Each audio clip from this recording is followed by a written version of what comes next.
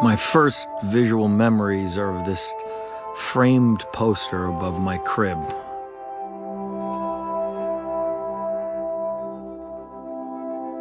I would stare at it every night before I went to bed.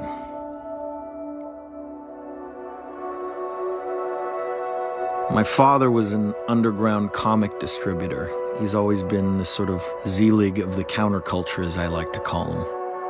Having painted in Warhol's studio, being roomies with Lou Reed, he knew Art Crumb and all these great artists of his generation. I mean, I was brought up on all kinds of wacky visuals as a kid. So I would stare at this painting over and over. The Garden of Earthly Delights by Hieronymus Bosch. It was painted around 1500, and if you look at these panels long enough, they start to tell a story. In the first panel, you have Adam and Eve in the Garden of Eden, birds flying off in the distance, elephants and giraffe, and a lot of religious iconography. The second panel is where it starts to become more interesting. The deadly sins start to infuse their way into the painting. There's overpopulation, there's debauchery and excess.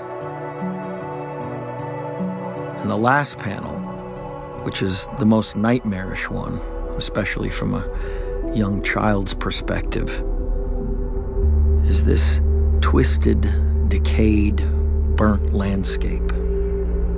A paradise that has been degraded and destroyed.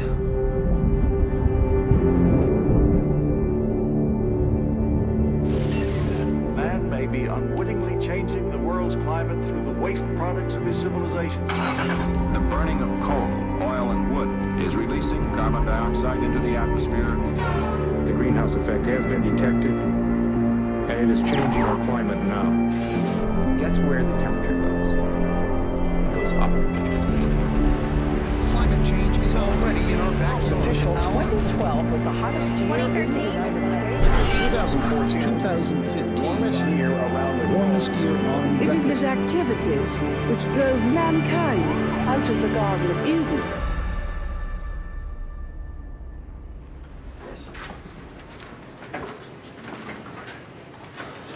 Hi, how are you? Pleasure, It's a great pleasure to see you. Here. So we can remove this. This can be. Oh wow, this is for height control. Yeah. For shorter leaders Like this. and taller leaders. What specific message do you think is the most important? Climate change is coming much faster. We have seen such extraordinarily extreme weather patterns. If you consider this vastness of this universe, this planet Earth is just a small boat. If this boat is sinking, then I think we will have to all sink together. I know that he has been a very committed and effective environmentalist. And that is why I really count on your leadership and vision. Please welcome the newly appointed United Nations Messenger of Peace, Mr. Leonardo DiCaprio.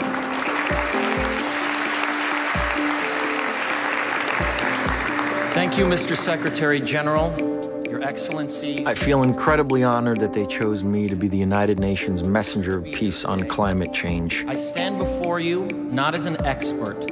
I want to do everything I can to learn more about this issue, see for myself exactly what's going on and what can be done. But it all kind of seems beyond our control. As an actor, I pretend for a living. I play fictitious characters, often solving fictitious problems. I believe that mankind has looked at climate change in that same way. We keep getting inundated with catastrophic news about the environment every single day, and the problem seems to be getting worse and worse and worse. But achievable task. Try to have a conversation with anyone about climate change, people just tune out. If the UN really knew how I feel, how pessimistic I am about our future, I mean, to be honest, they may have picked the wrong guy. Hundreds of thousands took to the streets of New York today, demonstrating for action on climate change. Secretary General Ban Ki-moon called Leo a credible voice in the environmental movement, which is like calling Jeffrey Dahmer a credible voice for stew. Leonardo DiCaprio has just naively bought into the entire global warming hoax. Who better to educate world leaders on made-up climate change and the crisis that doesn't exist than an actor from Hollywood with 0 years of scientific training?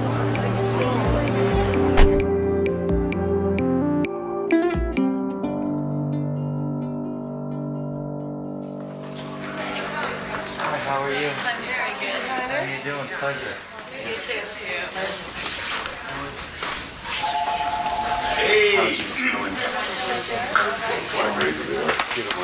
are you, coming on? Nice to see you, buddy. Good to see you. So I just started this new film. It's set in the western frontier of the United States in the early 1800s.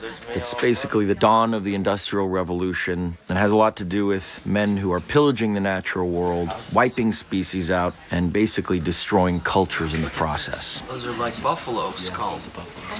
Alejandro, those are crazy. Not crazy, yeah. Are these fur trappers? Are these people No, that are there's selling the people that skulls? sell the skulls, yeah. It's not embarrassing. I mean, that's crazy. And the fact that they never even reflect about it, that there's an ending to this animal, we cannot just... It's insane. If you can put that in the movie, that would be unbelievable. How about this? I dare you. Okay. Hey, get to the boat! Come on, son!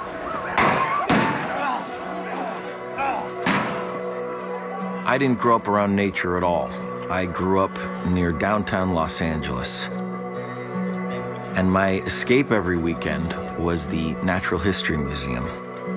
And from a very young age, I became fascinated with species that had become extinct. All these different animals, from the dodo to the passenger pigeon, which was the most plentiful bird on Earth, to the Tasmanian tiger, also known as the thylacine, to the great auk, the quagga, the moa. And I remember the anger that I felt reading all these stories about how explorers and settlers would just wipe out an entire species and in the process decimate the ecosystem forever.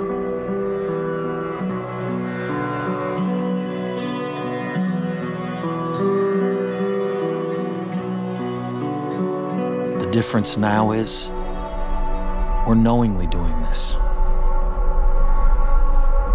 It's just on a much larger scale.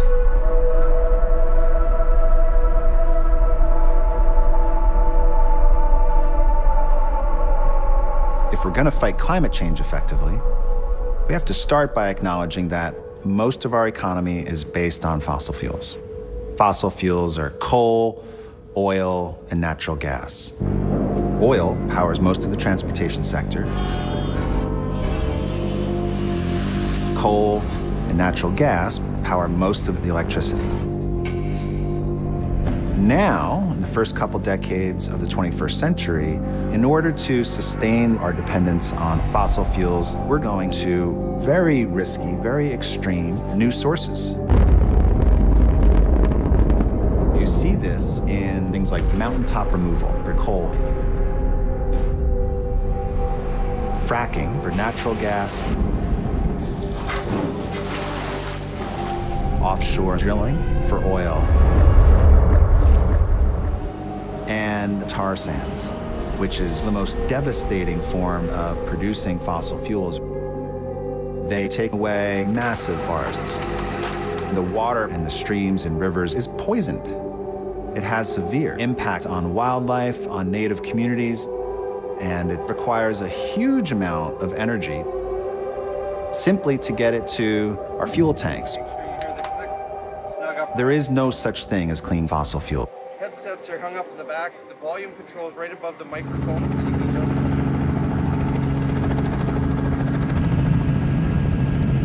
Who clear-cut all of this? There's a logging company here in town, so typically where people need the trees cut to do any development of any sort here, there's a local mill and they process all the wood. This would be all boreal forest here. would have started as a pretty small operation back in the mid to late 1960s. Different than it is today. Today we produce about 350,000 barrels a day of synthetic crude oil from this facility. There's a couple of other ones. Leonardo, there's Exxon. They have started up a new mine just recently. And then there's Shell. So those are all the black is the oil sands. Yeah, you can tell by looking at it that it is oil in it. So what happens in real time is we take this sandy oil and we wash the oil out of the sand. We just pump steam into the ground, and then as the ground warms, literally the oil drops. It just falls out of the sand, and then we're done. Kind of looks like Mordor. Like what? Mordor from Lord of the Rings. It's such a massive operation. It's mind-blowing. Now this, of course, is just our mining operation. And we'll get to the extraction operation and the upgrading operation. The in situ operation is some 70 kilometers or so away, but the plants are connected by pipelines and so on. The truth is, the more I've learned about this issue and everything that contributes to the problem, the more I realize how much I don't know. How much I don't know about this issue. The first time I ever heard the term global warming, which is what it was called back then, I was in my early 20s. I had the opportunity to sit down one-on-one with then Vice President Al Gore in the White House. And he drew a picture of our planet on a chalkboard. And then he drew the atmosphere around it. And he said, this is the most important issue of our time. I had absolutely no idea what he was talking about. He said all our modes of transportation, boats, trains, planes, cars, the way we produce our food, the way we build our cities, almost everything we do releases carbon dioxide, CO2. And that leads to climate change. The polar ice caps will melt, the seas will start to rise, there'll be more dangerous weather patterns, floods, droughts, wildfires. It sounded like some nightmarish science fiction film. Except everything he said is real, and it's happening right now.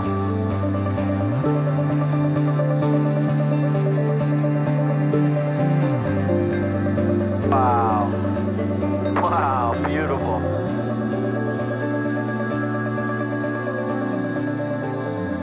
I just want to know how far we've gone, how much damage we've done, and if there's anything we can do to stop it.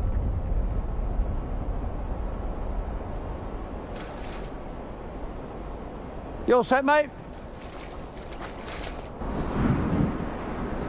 So it's the 4th of July. We're here in the middle of the Arctic. Right now, we are standing on the ocean. We are basically walking on water. This is the northern tip of Baffin Island, one of the hundreds of islands in the high Canadian Arctic. We are way above the Arctic Circle, and if you put your hand in the water, you will not be able to stand it for more than 5 minutes. Except you, who are a badass. You hunt and fish here, right? Yeah.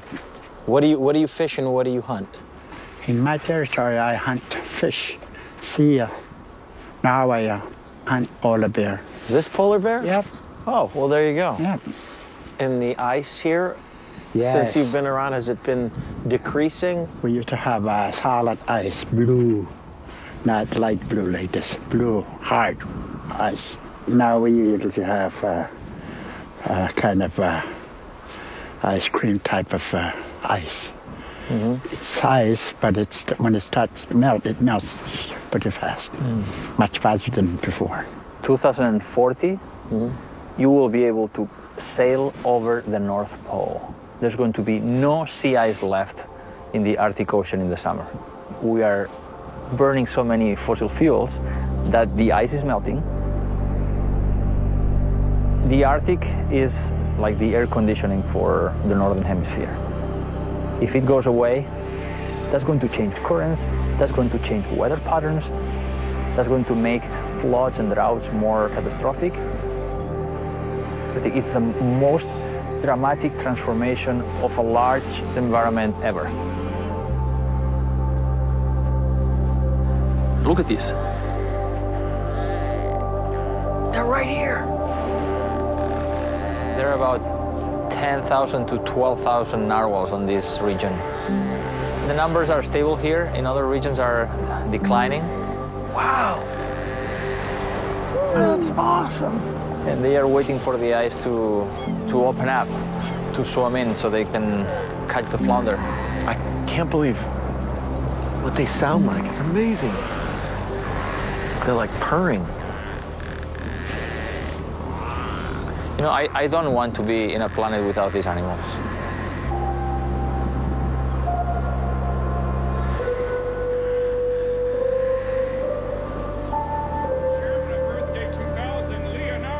When I was 25 years old, I remember being asked to participate in this huge event in Washington for Earth Day. Temperatures are rising, coral reefs are dying, and not since a meteor hit the Earth 65 million years ago have so many species of plant and animals become extinct in such a short time. I even got a chance to interview the President of the United States. Why do you think this issue is so constantly overlooked? I think it's because it takes a long time for the climate to change in the way that people feel it, and because it seems sort of abstract now. At the time, there was this huge push to get the word out on global warming. Now, a couple degrees difference in today's temperatures may not seem like an emergency. Back then, everyone was focused on small, individual actions. We all have to, bring environmentalism to the American consciousness. We all have And it boiled down to simple solutions like changing your light bulb. It seemed like a positive thing at the time, you know? Changing your light bulb. But it's pretty clear that we're way beyond that point now. Things have taken a massive turn for the worse. We keep finding things that aren't in the climate models. They're used to project the future. So that tells me that the projections for the future are really conservative. If climate stays at this temperature that it's been in the last decade, Greenland is going away. Don't walk into the crevasse. Oh my God! Don't get too close to the edge. Look at how violent that is. These rapids are going so incredibly fast. This meltwater is making its way to the sea. If that's not balanced by snowfall, then the ice sheet gets smaller and sea level rises. This is actually our proper climate station. This is a climate station? I was imagining a massive igloo with all kinds of scientists doing experiments. It really does look like broken down pool equipment. What does this connect to? This is all melted out. Now, this was a hose that went down 30 feet, and now it's melted out. So, wait a minute. So this that's lying here used to be straight down under ice. Yeah, so we made... So that's the amount of ice that has melted. Yeah.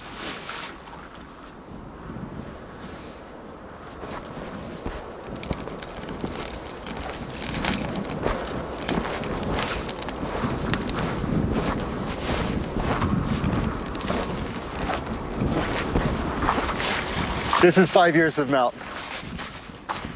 So this entire length is the thickness of ice that has melted throughout all of lower Greenland in the past 5 years. Right. That's hundreds of cubic kilometers of ice that's now no longer stored on land. It's gone into the sea over here.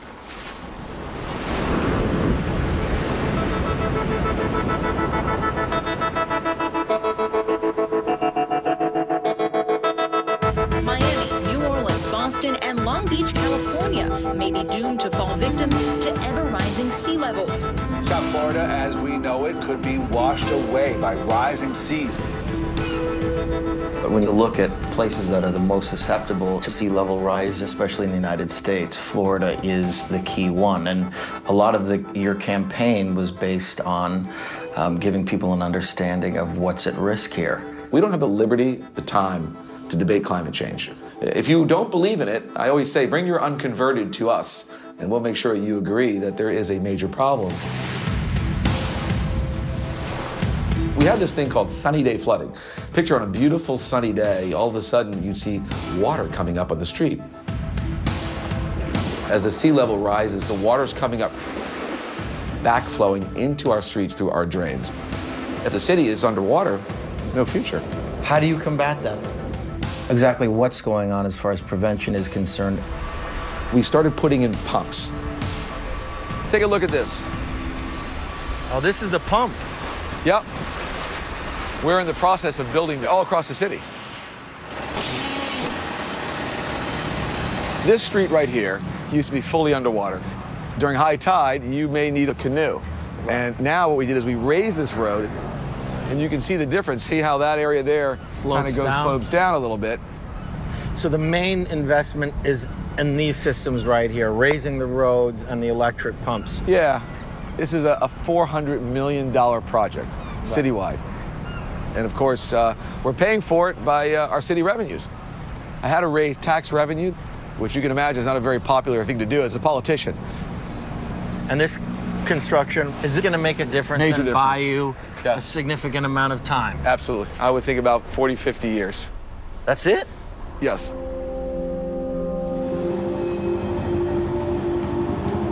Now, one of the things I always say when people ask me, they say, well, Mayor, what about after 50 years? What's going to happen? What we have to do is come up with solutions. And unfortunately, we have a governor and we have a cabinet that doesn't believe that this is a major issue. Officials in Florida were banned from using the words climate change. This policy began in 2011 after Rick Scott came into office. No one up there really wants to talk about climate change, especially our senator from Florida, Marco Rubio, who doesn't believe that we have climate change, is not interested in assisting our state. I would hope that he would have gone out and grabbed us federal funds over the last 3 years to help make our cities viable. I do not believe that human activity is causing these dramatic changes to our climate the way these scientists are portraying it. Why do you think there is such opposition about the science? I think it's politics. I think it has to do with lobbying and industry. And I always say one thing, Leo. I said, the ocean is not Republican and it's not Democrat. All it knows how to do is rise.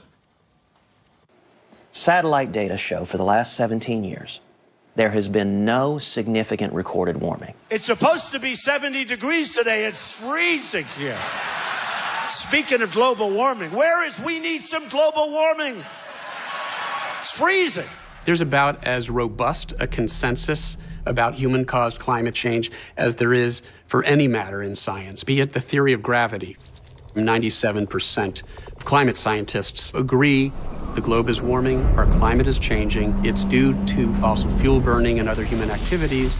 Unfortunately, we are fighting this massive disinformation campaign to confuse the public. If you look at the satellite data, we actually have had no significant warming since 1998. Actually, no warming. We've been cooling in recent years. If you actually believe that global warming is the biggest problem we face, you're the dumbest son of a bitch on the planet. So yeah, maybe you could just talk a little bit about your background, the studies that you've done. I was the classic science and math geek in high school. Studied physics in graduate school a decade and a half ago. My co-authors and I started to look into climate change in the more distant past. We published a curve where there's this long-term cooling trend, and then all of a sudden, this abrupt warming that has no precedent as far back as you can go. And it got named the hockey stick because it looks like the blade of a hockey stick. And once we had published that graph, I had set myself up for a completely different life.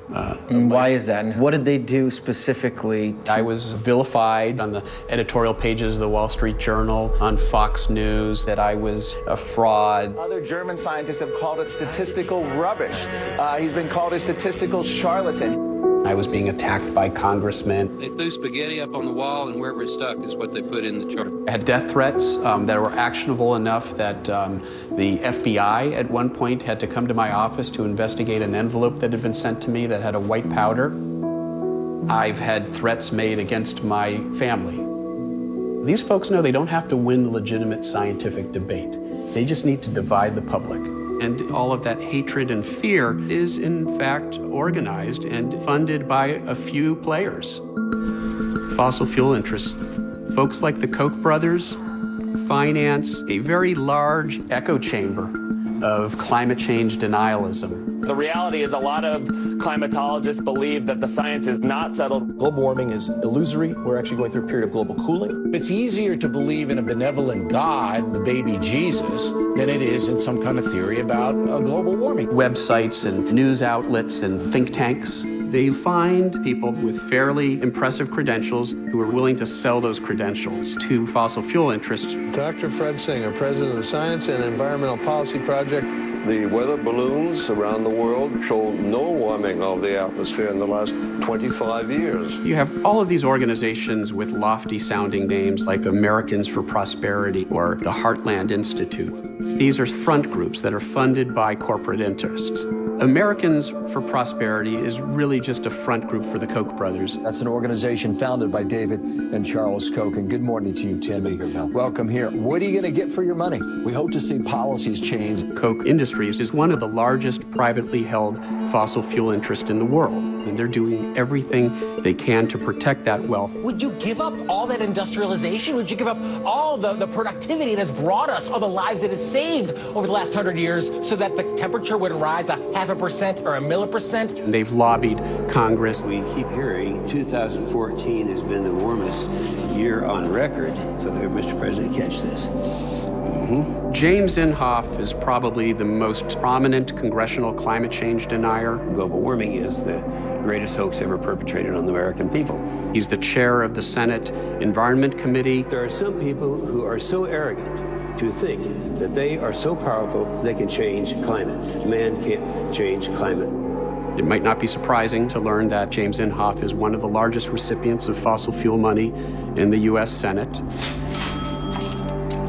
Fossil fuel interests have bought our House of Representatives and Senate Environment Committee. We can't get a climate bill passed through our Congress because it's controlled by fossil fuel-funded climate change deniers who are blocking any bills that would attempt to deal with this problem. How they're able to discredit scientists who have devoted their life to this issue is kind of mind-boggling to me. Sometimes it makes me want to take a drink. If I was a scientist, I would be absolutely pissed every single day of my life. These people are, engaged in an effort to lead us astray in the name of short-term, fossil fuel profits, so that we end up leaving behind a degraded planet. What could be more immoral than that?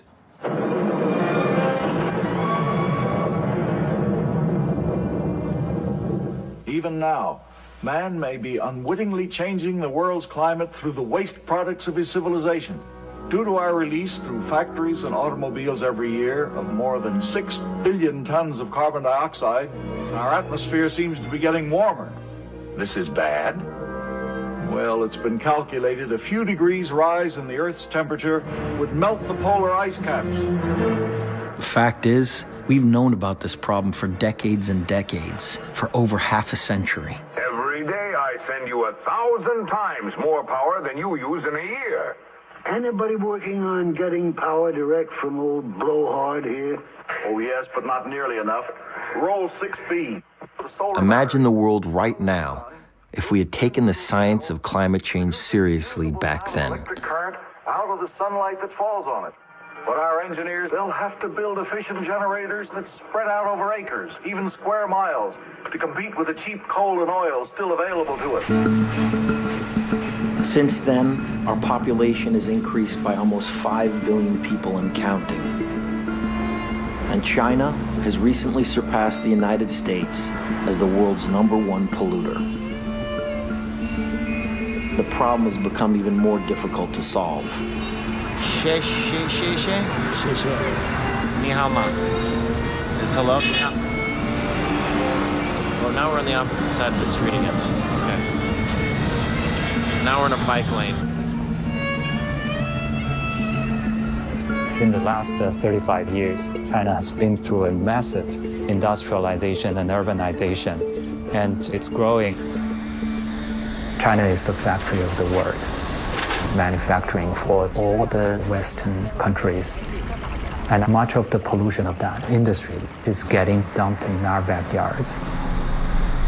And in this area surrounding Beijing, plus the Shandong Peninsula, coal consumption is equal to the total coal consumption of the United States in a not very big area.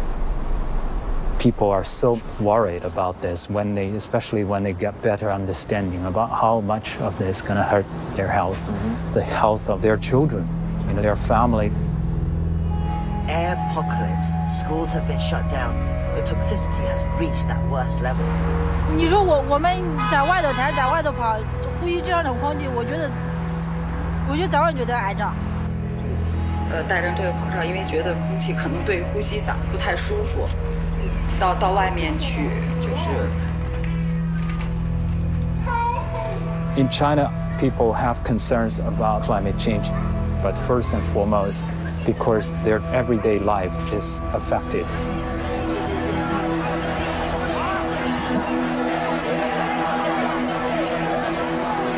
People really want to be part of the solution.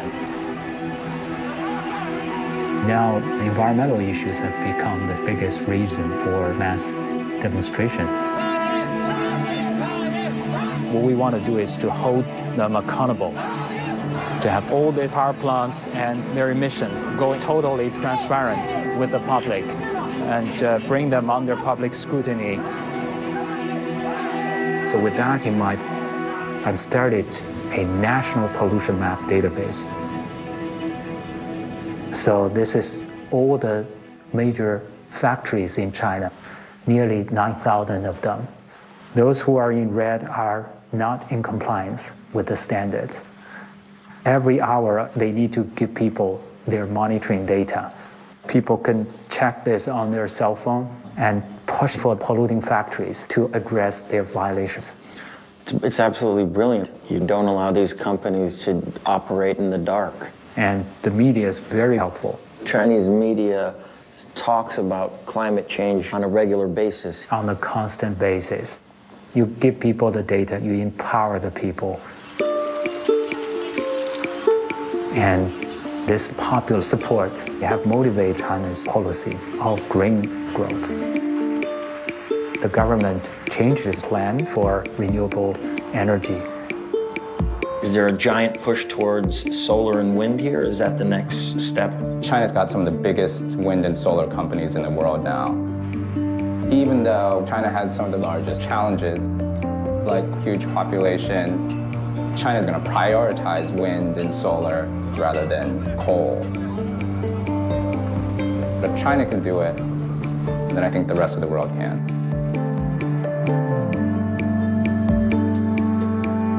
China is still heavily relying on fossil fuels, but they seem to be transitioning to renewables much faster than anyone anticipated. The question is, can less developed countries with rapidly growing populations make the same transition?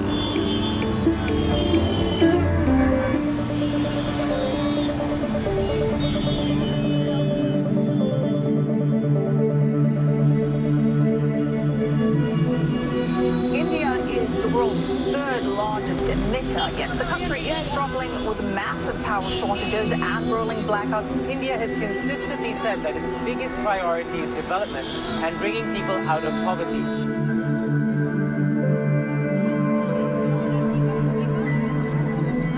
We care about climate change.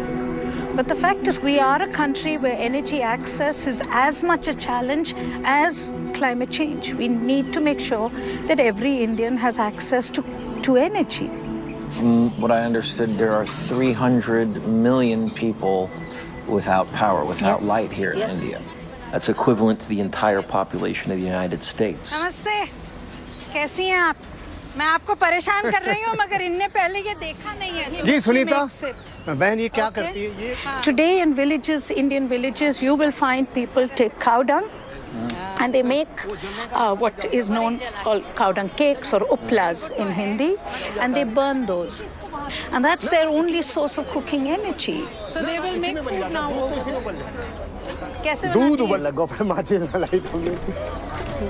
About 30% households in India are yet to have access to electricity. If you want to provide electricity to everybody, we have to ensure that our electricity is affordable. India has a vast reservoir of coal. We are probably the third or fourth largest reservoir of coal in the world. Coal is cheap. Whether you and I like it or not, coal is cheap. You have to think about this from this point of view. If you created the problem in the past, we will create it in the future. We have 700 million households who cook using biomass today. 700 million households. If those households move to coal, you have that much more use of fossil fuel. Then the entire world is fried.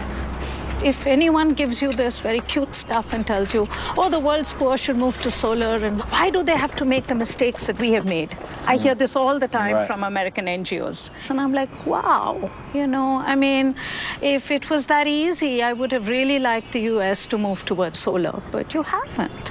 Let's put our money where our mouth is. We have to practice what we preach, absolutely. I'm sorry to say this. I know you're an American, and please don't take this amiss. But your consumption is going to really put a hole in the planet. And I think that's the conversation we need to have. I'll show you charts from this perspective. Electricity consumed by one American at home is equivalent to 1.5 citizen of France, 2.2 citizen of Japan, and 10 citizen of China, 34 of India, 61 of Nigeria. Why? Because you're building bigger, you're building more, and using much more than before. The fact is that we need to put the issue of lifestyle and consumption at the center of climate negotiations. Look, there's no way I don't agree with you. How can you argue that? You're absolutely correct. And I think, yes, it's a very difficult argument to present to Americans that we need to change our lifestyle.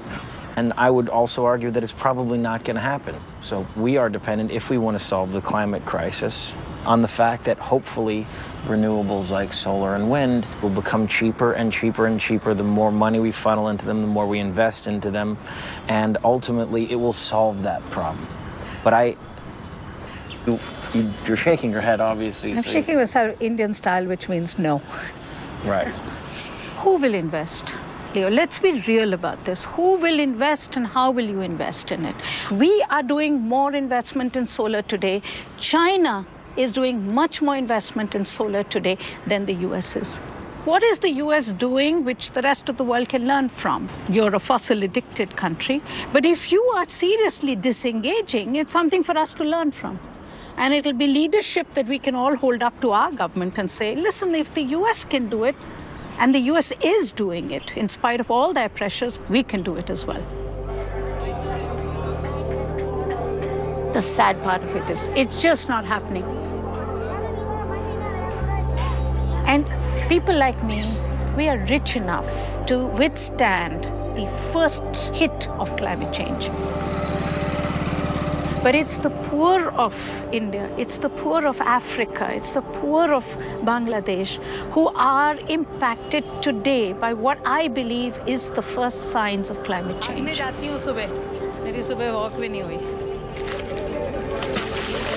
यहाँ पर क्या लगाते थे हाजी जी? जो अंजन लगे हुए हैं engine, हाँ. यहाँ प्याज भी लोगों ने लगाई है, वो तो वो प्याज खराब. So February, March, which is when the crops are standing, they got half the year's rainfall in just 5 hours. Half the year's rainfall in 5 hours. So these crops are all destroyed. Yeah, destroyed. Your back is breaking doing this, and then you get one unseasonal rainfall. It's absolutely like the last straw on the camel's back. And we need countries to believe that climate change is real and urgent. It's not a figment of their imagination.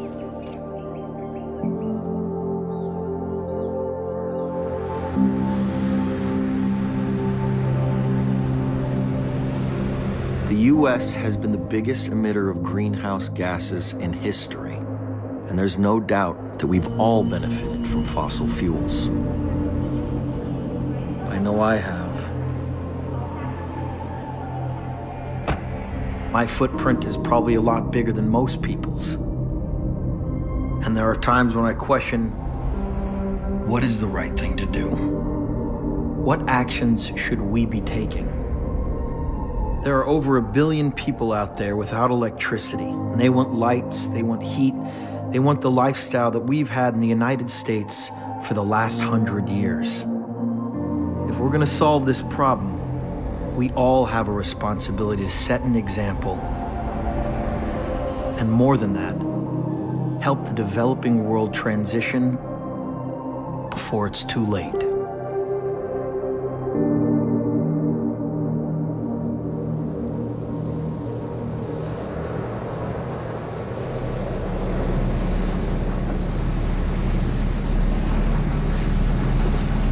We are seeing events that we did not see in the past.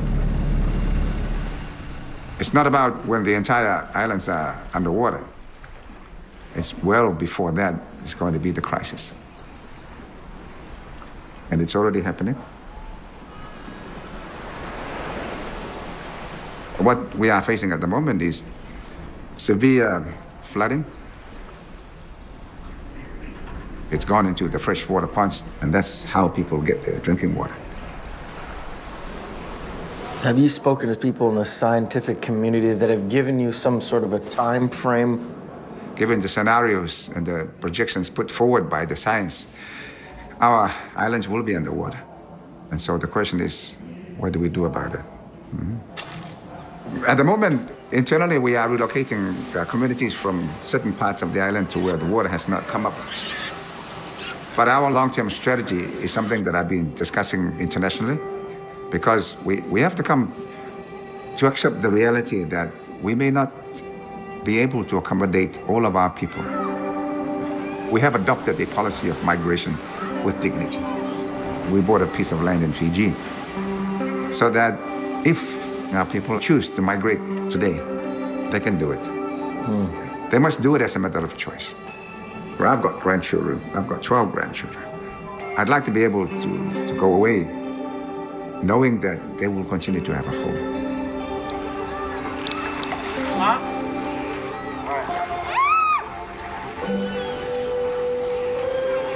Islands in the Pacific, we're paradise in peril. Throughout Palau, we have sea level rise coming into the farmlands, coming into the homes. This is unbelievable. When was this an intact island with homes on it? How long ago? 12 years ago, when you came, there were people living here. So within the 12-year period, this is the result. It's just a small picture of one place. The small island nations who contribute the least to the causes of climate change are actually going to feel the worst impacts, the worst scenarios because of global warming.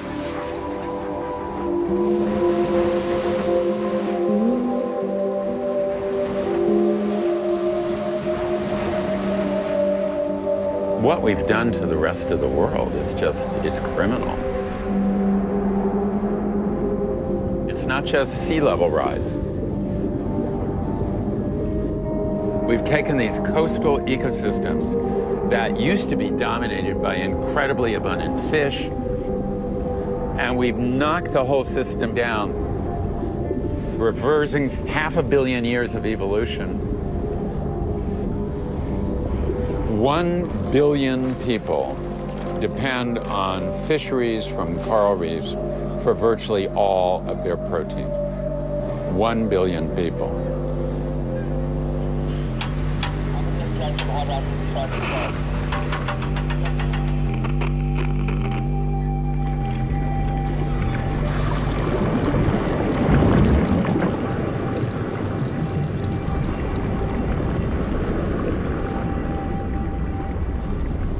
Here we are, we're on what was a pretty healthy coral reef. What's missing?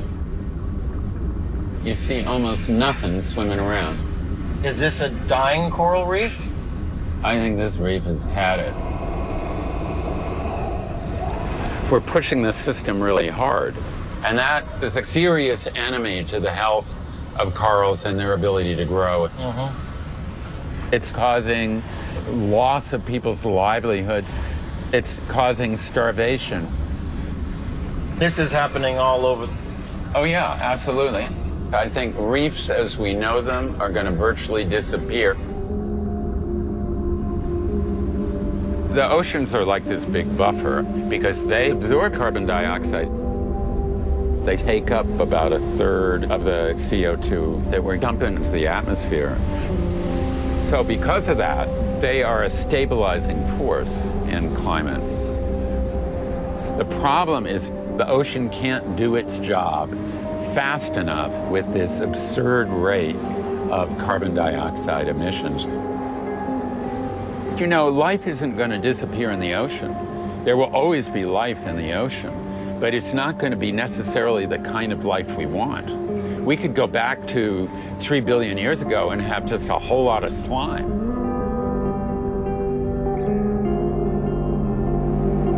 We're taking away the ecosystems that normally help us to restabilize the climate.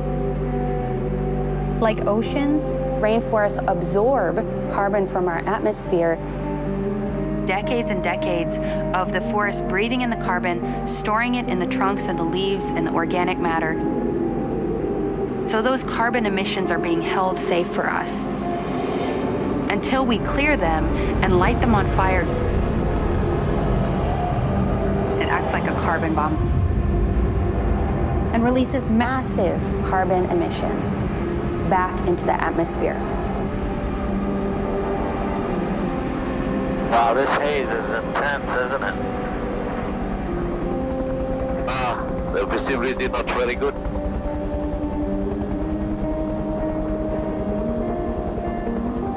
You can't see anything here. This is scary. This isn't natural, this is all fire. This is not natural at all. I've never seen anything like this. Welcome to Sumatra. There are 3 big tropical rainforest areas left in the world: the Amazon in South America, the Congo Basin in Africa, and the Southeast Asian rainforest, which spans Indonesia. In Indonesia, we're seeing fires being intentionally set in order to create palm oil plantations, which grow the cheapest vegetable oil in the world. It's in cooking oils and processed foods, in your cosmetics, in your detergents. This really cheap commodity is making companies tremendous profits.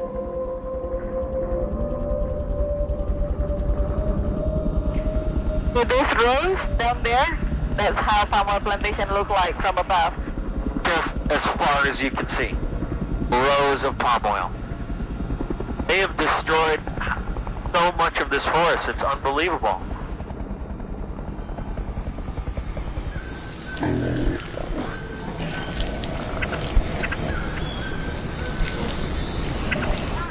We're standing in the last place on Earth that still have elephant, rhino, orangutan, and tiger together in the wild.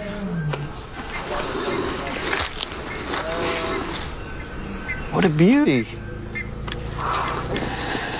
The expansion of palm oil industry in Indonesia have taken over about 80% of our forests. Indonesia is one of the most corrupt countries in the world. Companies bribe government officials to issue a permit for them to stop burning the land. And the forest fires release a copious amount of carbon. Last year, in 2015, when the forest fire happens in Indonesia, it emits more carbon daily than the entire US economy. And forest fires continue to happen. What's at stake is not only the livelihood of the people, but also the life of this forest species. I can't even comprehend what these forests must have looked like. Forests where rhino and elephant and orangutan would be populated into the thousands.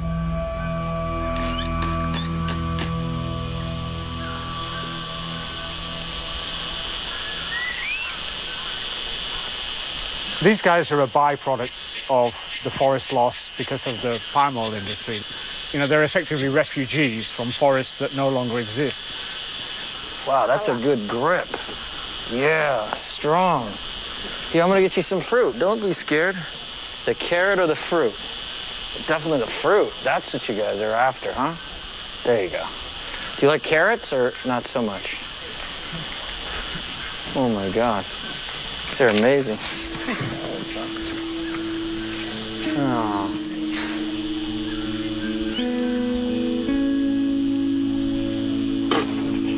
I always remind people that when they go, oh, the poor thing, you know, these are the lucky survivors. What happens to all the other orangutan? You know, all the others are dead. And the reason people are chopping down the forest to plant palm oil plantations is because people keep buying the stuff. People have to realize that what they do in their supermarket, the decisions they make in their daily lives, are affecting places like the Lotha ecosystem. If If palm oil is in almost everything we buy, how are consumers supposed to avoid this? If these products have such a devastating impact, why aren't governments setting restrictions to prevent these big corporations from destroying the planet just so they can save money? If you want something that you can do without appealing to any higher authorities, such as government or whatever, I can't think of an easier out than changing your diet. You can start tonight. So you're a scientist who studies the effects of agriculture on climate, but you grew up raising cattle and taking them to slaughter, right? I'm a scientist. That's the most important thing. So, of all the reasons for tropical deforestation, the foremost is beef. And beef is one of the most inefficient uses of resources on the planet. In the US, 47% of land is used for food production. And of that, the lion's share is just to grow feed for cattle. The things that we actually eat, like fruit, vegetable, nuts, it's a percent. Most importantly, cows produce methane, and methane is a powerful greenhouse gas.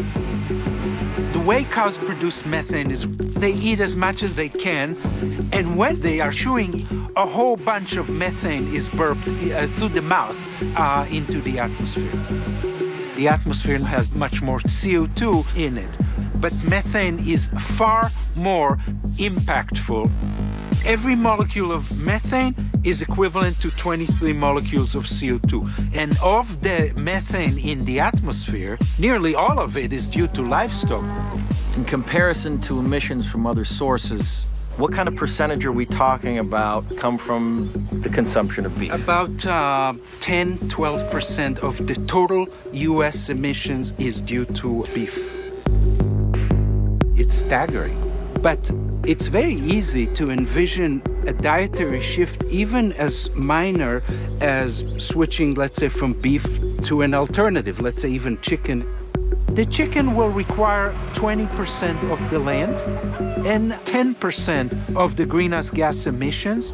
And if you compare rice or potato or wheat, beef requires 50 times as much land.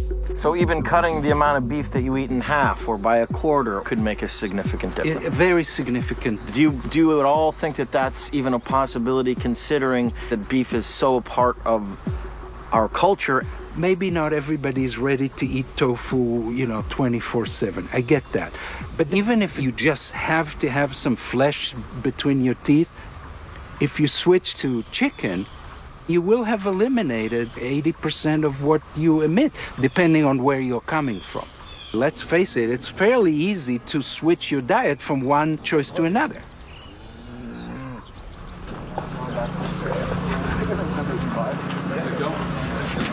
Two steps there. There. Okay, ready. A little faster, brain.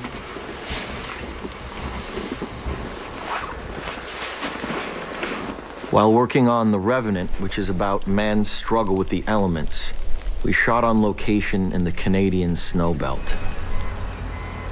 The irony was, we were hit with record temperatures that completely melted our set. The other concern would be flooding or getting the road washed out.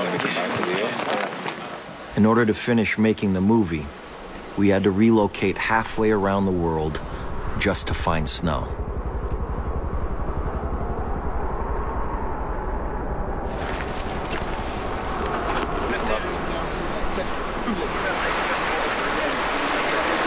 The fact that we have to come 200 people in the middle of the summer to the winter in the south in Ushuaia, 9,000 miles from where we're supposed to be shooting this 3 months ago, chasing ice because it's melting.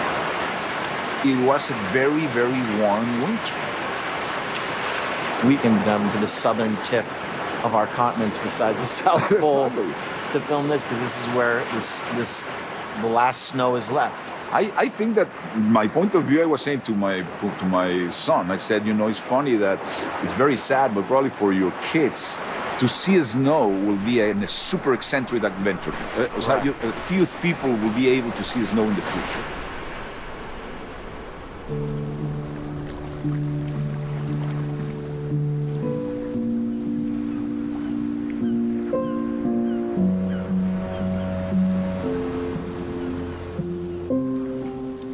I feel like I'm in some weird, surreal movie. I honestly look around and I think, when I have children, everything that we now take for granted, our planet and all its biodiversity and beauty, everything in the future is going to be different.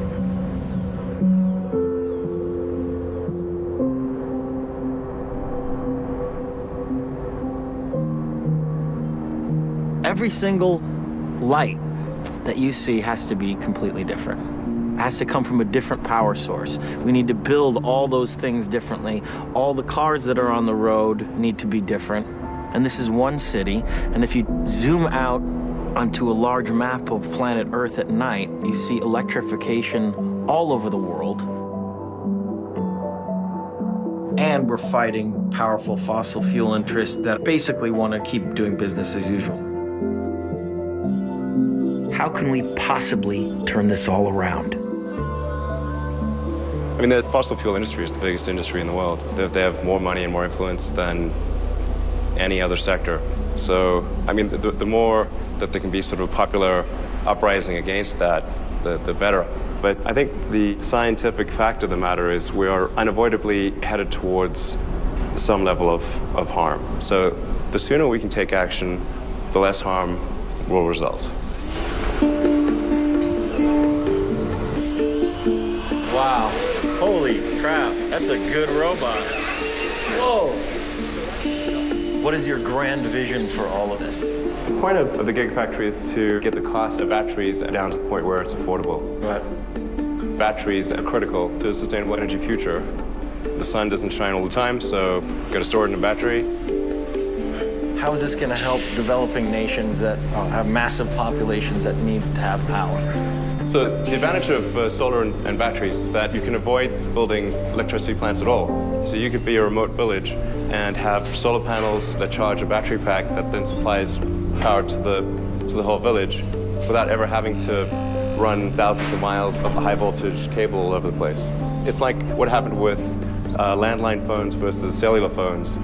In a lot of developed countries, they just didn't do the landline phones. They just went straight to cellular. And we actually did the calculations to say, like, what would it take to transition the whole world to sustainable energy? What kind of throughput would you actually need? And you need 100 gigafactories. So 100 of these? 100 of these, yes. That would make the United States... No, the whole world. The whole world? The whole world. All energy. That's it? Yeah. That sounds... It's manageable. That sounds manageable. Yeah. The Gigafactory, when it's complete, it'll have the largest footprint of any building in the world. Counting multiple levels, it could be as much as 15 million square feet. So Tesla can't build 100 gigafactories. The thing that's really going to make a difference is if companies that are much bigger than Tesla do the same thing. If the big industrial companies in China and the US and Europe, the big car companies, if they also do this, then collectively we can accelerate the transition to sustainable energy. And if government sets the rules to favor sustainable energy, we can get there really quickly. But it's really fundamental. Unless there's a price put on carbon, we're never going to be able to make the transition that we need to in time, correct? Yeah. And the only way to do that is basically with a carbon tax. Okay, now walk me through a carbon tax, which is what you're saying is the silver bullet for climate change. Well, a carbon tax would be basically a tax on any kind of activity that put carbon into the atmosphere. So when you tax something and raise the price, people are going to tend to consume less of it. In fact, that's sort of lesson number one of economics. So you're teaching economics at Harvard, and you literally wrote the book on contemporary economics, right? Well, if I'm teaching the course for many years, I might as well write the textbook to go with it. So just to be clear, you've worked with a lot of Republican heavyweights, John McCain, Mitt Romney, and you worked for George Bush when he became president? I was chairman of the Council of Economic Advisors. So how come we don't have a carbon tax already? Politicians don't always do what professors want them to do. So the basic idea is that we want to tax bad activities that have negative side effects on other people in society. So we raise the price of cigarettes by putting a tax on cigarettes. People are going to consume fewer cigarettes. Climate change involves a variety of negative side effects and costs.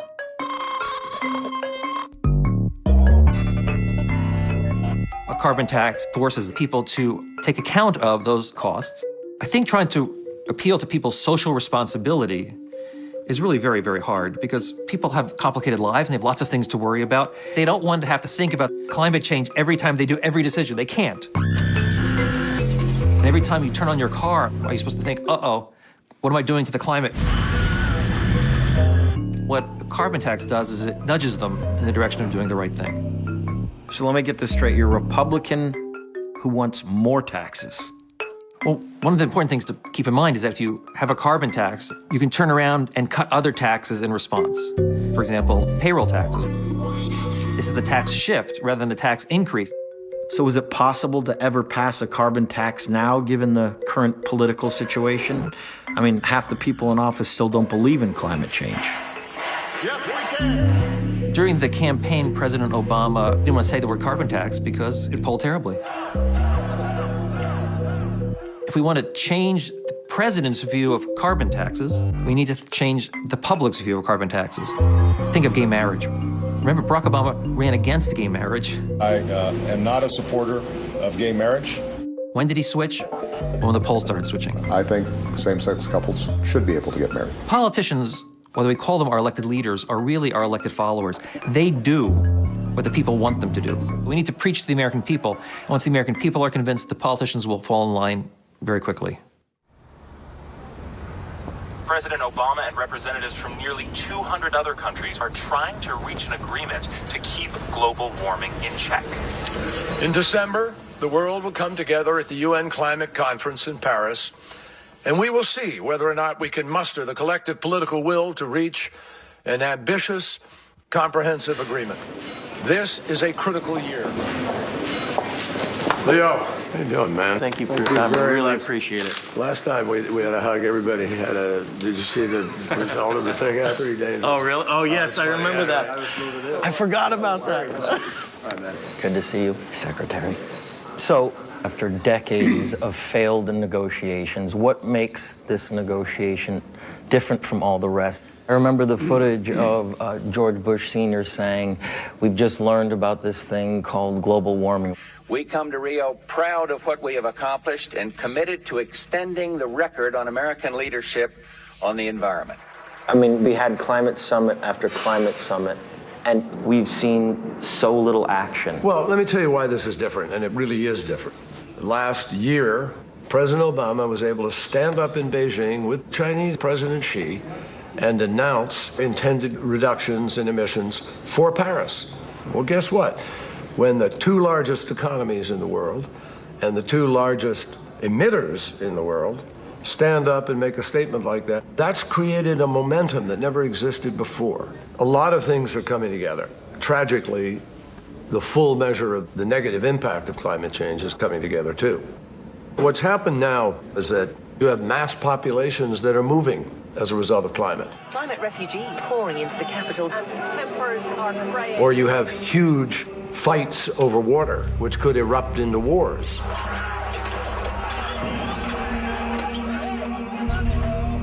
And any extremist philosophy could appeal to people if they have nowhere to live, no way to live, and that's when people are vulnerable. If anybody thinks I'm kidding you about that, it's happening today. And the greatest fear about all of this is leaving this planet in better shape than we were given it, and that's not what we're doing today.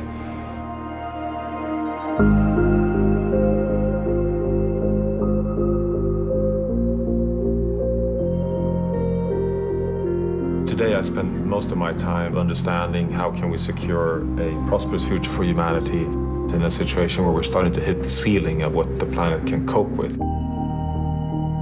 and I have the privilege of chairing something called the Earth League, which is a network of leading Earth system scientists who try and gather really all the knowledge we have on understanding our future on Earth. Mm-hmm.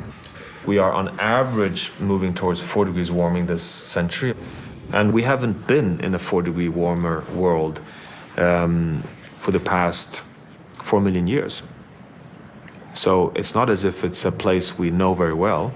So give me one sort of picture of what the world may look like if we do not take action. Well, to begin with, for the past 12,000 years, temperatures are almost miraculously stable. In fact, average temperatures vary with only plus minus 1 degree Celsius during this entire period. This perfect planet with this perfect atmosphere. Yeah, exactly. And so let us then move upwards in temperature. Where are we right now? Well, today we're approaching 1 degree Celsius. Already at just 0.85 degrees, we're seeing faster than predicted impacts. This storm is so big, so vast, 60 million Americans will feel its power. We're in an historic drought. The world's coral reefs begin to collapse even before 2 degrees. And that's predicted to hit 1.5 to 2 degrees. So already now. So that's already probably going to happen. That's already probably going to happen. At 3-4 degrees, we will have heat waves which make many regions in the world not livable any longer. Agriculture will be collapsing around the equator. That would take us beyond being able to responsibly feed humanity. What makes scientists so nervous is that we can reach a point where Earth takes over and start reinforcing warming. This is what we call tipping points, and the most obvious one is Greenland. Greenland, for the first time, is melting on its entire surface to a point where instead of being a white surface becomes a dark surface, and suddenly instead of being a cooler becomes a self-heater. Because of the fact that the ice can no longer reflect back. Just the color change. Just the color change of the ice. Yeah. Suddenly all these feedbacks start kicking in. Methane stuck under frozen permafrost thaws to a point where it starts getting released. And that in turn warms the planet even more, which releases more methane. Correct. That's if we don't take immediate action. Yes, that's business as usual. But the Paris Climate Summit that we are soon approaching in December, if world leaders come together properly, the window is open, but barely open, to transition back into a stable planet. Last time we had our climate summit, you couldn't say that we could go to scale on high-tech, clean energy solutions. But now in Paris, we can say so. We actually have the proof. You know, you wake up in Germany on Saturday morning, you're likely to get 30% of your electricity from solar and wind, and not from a few energy utilities, but from over 2 million citizens delivering to a grid. Denmark today produces over 100% some days of its electricity needs from wind. 100%. It's totally renewable. And remember that once you've invested in wind and solar, you actually have free energy forever. In countries like my own, in Sweden, there was an enormous uprising among people, you know, from youth groups to civil society organizations, to the point that the Prime Minister announced 3 weeks back that Sweden will now become the world's first fossil fuel-free nation. And, you know, I was shocked at the way that propelled itself from below. I think we have tipped the world towards a sustainable future. The fear is, are we doing it too slowly?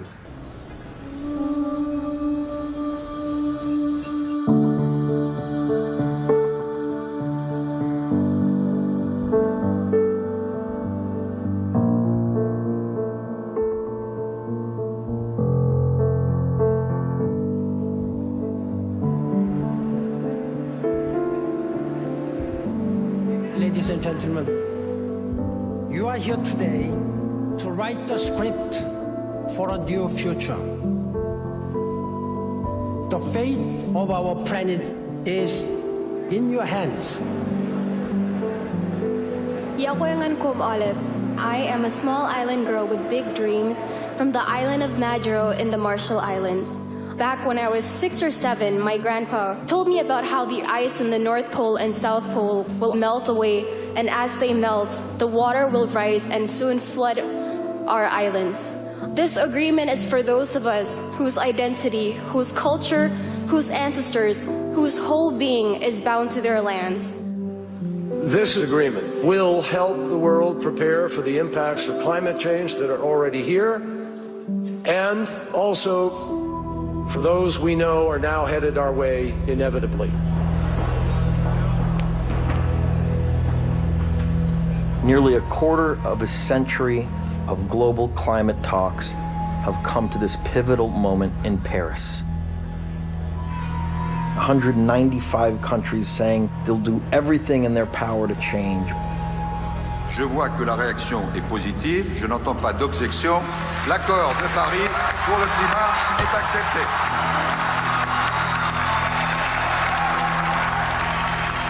There's no doubt that this agreement is a massive step forward. But does it go far enough? The Paris Agreement calls for keeping climate warming to well below 2 degrees Celsius, while striving for 1.5. There's no mention of a carbon tax. There's no mention of any penalties. There are no enforcement provisions. We just have to take it on faith that all these countries are going to follow through with what they say. How likely is that? This is an unattainable deal that Congress has already voted to reject. The fact that we're going to have a 26 to 28% reduction in CO2 emissions, that isn't going to happen. I chair the committee that has jurisdiction over the Environmental Protection Agency.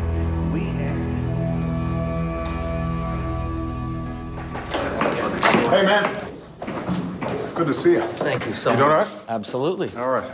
Come on. The Paris Agreement ended up being a historic agreement, not because it gets us to where we need to be eventually, but for the first time locking in all countries into verifiable steps and targets that they're going to take. It creates the architecture that allows us to finally start dealing with this problem in a serious way. So you were happy with what I was happy that we put the architecture in place. The targets that have been set in Paris are nowhere near enough for what the scientists tell us we have to do eventually to solve this problem. But if we can use the next 20 years to apply existing technologies to reduce carbon emissions, and then start slowly turning up the dials as new technologies come online so that we have more and more ambitious targets each year, then we're not going to completely reverse the warming that now is inevitable, but we can stop it before it becomes catastrophic. And it's no secret that you've been under great opposition to try to implement some of your climate change initiatives. And we got some folks on the other side. Yeah. So somebody that comes into office that does not believe in the science of climate change, do they have the capacity and the power to dismantle everything that you've already worked for? Even if somebody came in campaigning on denying climate science, reality has a way of, hitting you in the nose if you're not paying attention. And I think that the public is starting to realize the science, in part because it's indisputable. I admire your optimism. Yeah. But you start to look at the science, look at what's going on in the Antarctic, and scientists saying that there are sections of ice that guarantee 4 to 6 meters of ocean level rise, which will be catastrophic for the future. You are the leader of the free world. You have access to information that most people do not. What makes you terrified for the future? A huge portion of the world's population lives near oceans. If they start moving, then you start seeing scarce resources the subject to competition between populations. This is the reason why the Pentagon has said this is a national security issue. This isn't just an environmental issue.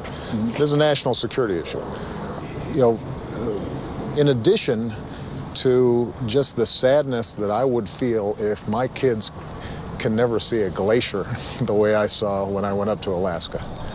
That's the romantic side of me. That's the side that takes a walk with my daughters, and I want to be able them to see, or my grandkids, I want them to see the same things I saw as I was growing up. Even if you were unsentimental about that, in very hard-headed terms, you've got to worry about the national security implications of this and the capacity for the existing world order as we understand it to survive the kinds of strains that the scientists are predicting without action. This is why we have to take action now. If we keep pushing, keep prodding, and most importantly, keep educating the public, there's no reason why we can't solve this problem in time. Thank you for your time, Mr. President. You bet. Thanks for the good work you're doing. Thank you so much. All right. Good.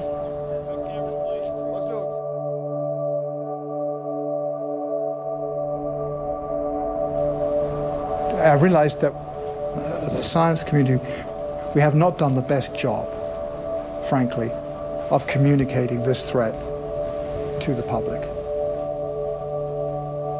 But when you go up there and see it with your own eye, how thin the world's atmosphere is.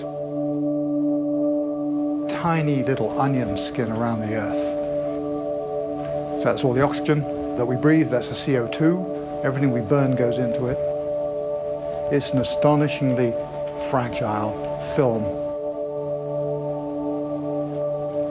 You know, I knew intellectually how the Earth system works, because that's what I've been doing for 20 years, to see how the atmosphere and the ocean, all the elements of the system work together.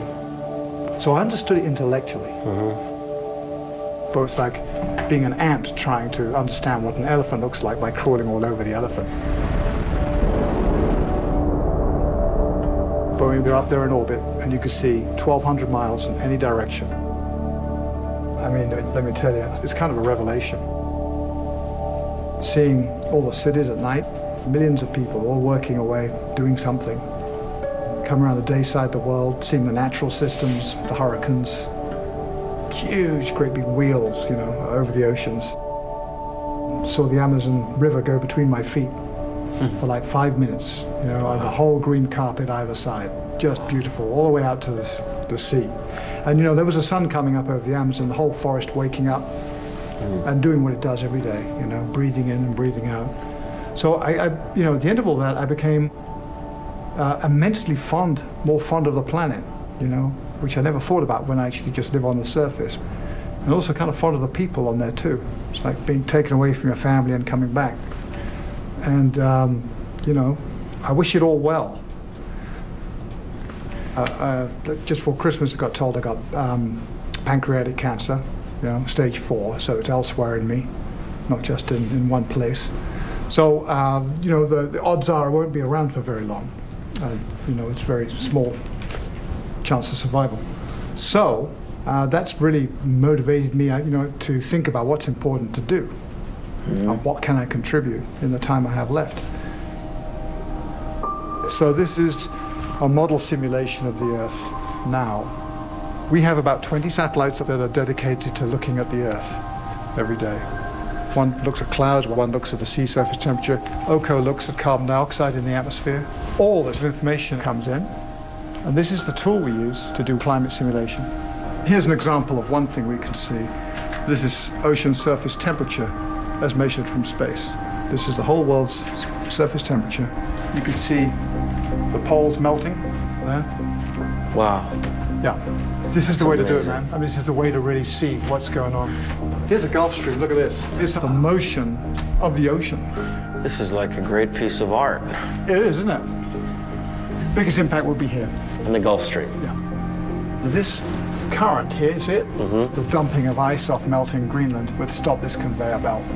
And the Gulf Stream would slow down and stopping the transport of heat from here to there. And then Europe would get cold toes because there's a lot of heat transport from the tropics across the North Atlantic that keeps Europe warm. I mean, so Europe would get colder? Yeah. Right? Because that's the big misconception about climate change, is that everything gets warmer. Yeah. Wow. And here's the most advanced precipitation satellite in the world. It's very important because we think the biggest impact from climate change is the moving of the precipitation belts. From the equator, they'll go further out. So we're already seeing so that causes drought. More drought in places that are already too hot. Yes.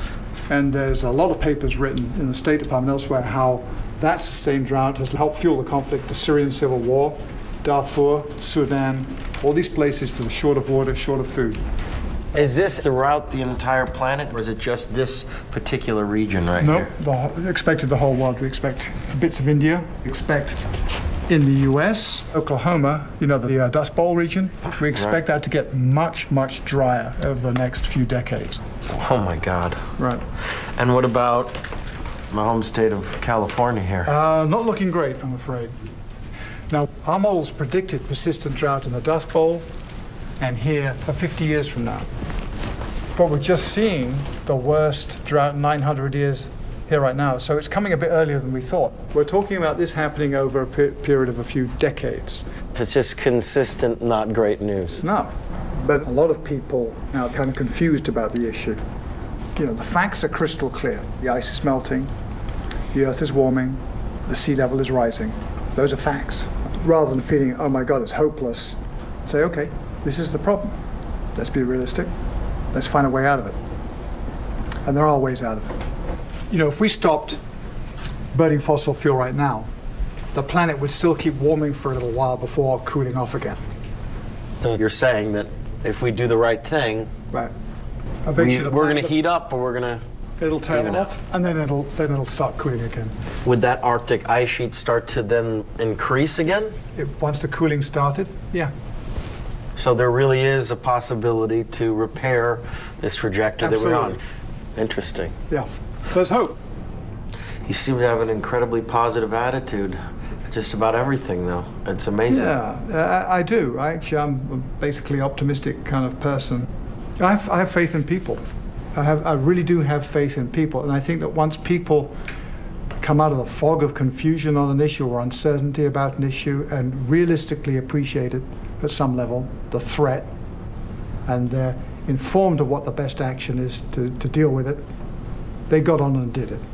And what seemed like almost impossible to deal with, you know, became possible.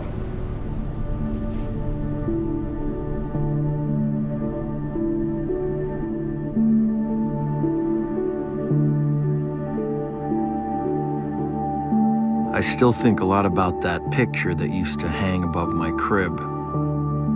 The story of the Garden of Earthly Delights actually begins on the outside of the painting, where Bosch painted a view of our Earth on the third day of creation.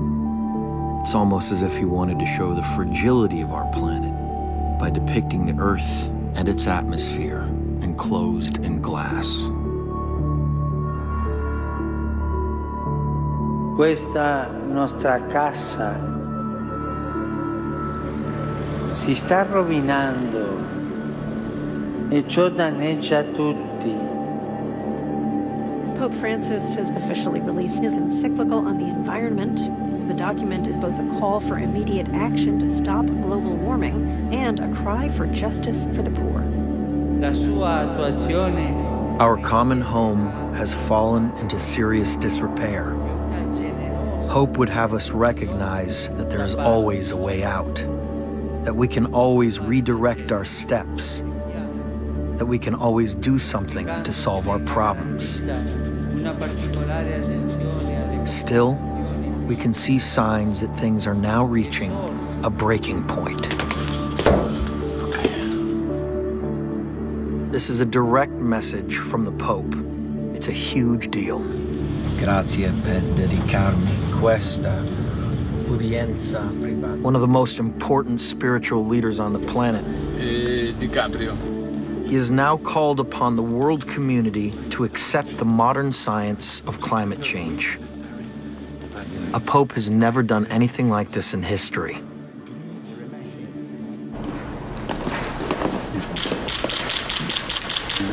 Sua Santità, grazie per dedicarmi questa udienza privata con lei. Being able to spend time and sit with the Pope was a pretty profound experience. This is a book, Hieronymus Bosch's,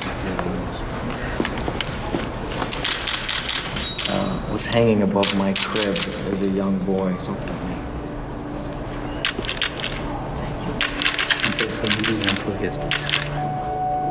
There was definitely an urgency in his voice. He said that as far as the Paris conference is concerned, he felt it was a step in the right direction, but certainly not enough. He feels we all need to keep speaking out about this issue as loud as we can, and that we must immediately take action. But more than anything, he said to pray for the human race.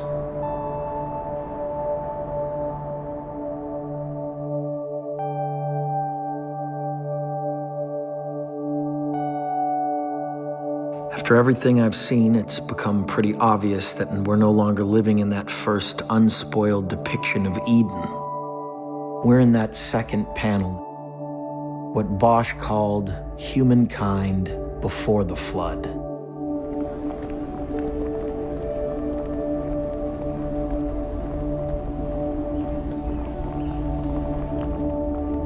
And what haunts me the most is that last panel, the one with the charred, blackened skies, a planet that we collectively have left to ruin. The question is, can we change our course in time?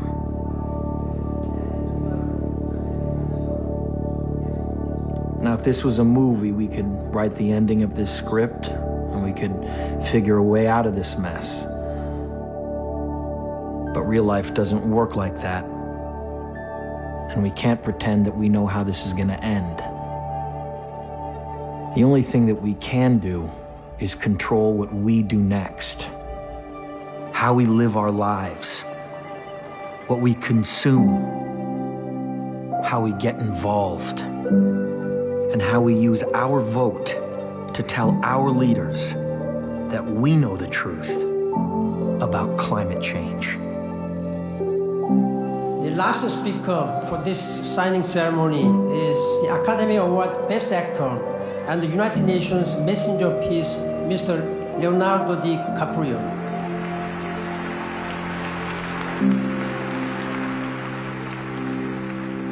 Thank you, Mr. Secretary General, for the honor to address this body. And thanks to the distinguished climate leaders assembled here today who are ready to take action. As a UN messenger of peace, I've traveled all over the world for the last 2 years. I've seen cities like Beijing choked by industrial pollution, ancient boreal forests in Canada that have been clear-cut, and rainforests in Indonesia that have been incinerated. In India, I met farmers whose crops have been literally washed away. In America, I've witnessed sea level rise flooding the streets of Miami. In Greenland and in the Arctic, I was astonished to see that ancient glaciers are rapidly disappearing, well ahead of scientific predictions. All that I have seen and learned on my journey has absolutely terrified me. Now think about the shame that each of us will carry when our children and grandchildren look back and realize that we had the means of stopping this devastation, but simply lacked the political will to do so. Yes, we have achieved the Paris Agreement. More countries have come together here to sign this agreement today than for any other cause in the history of humankind, and that is reason for hope. But unfortunately, the evidence shows us that it will not be enough.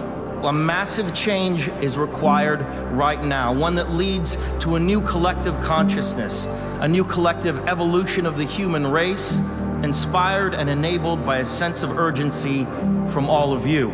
We can congratulate each other today, but it will mean absolutely nothing if you return to your countries and fail to push beyond the promises of this historic agreement.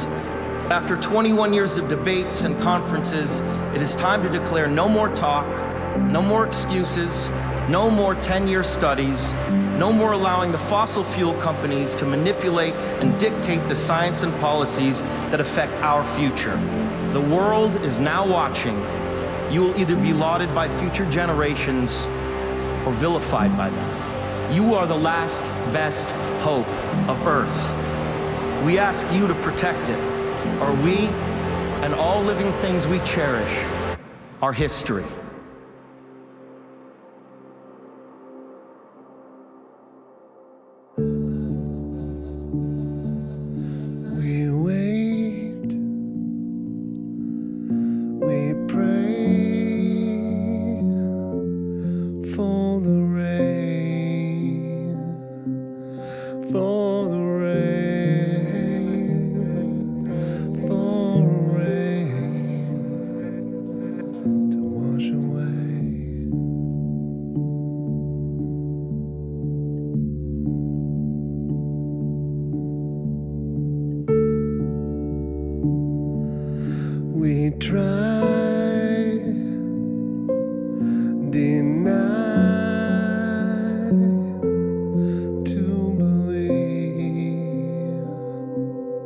To believe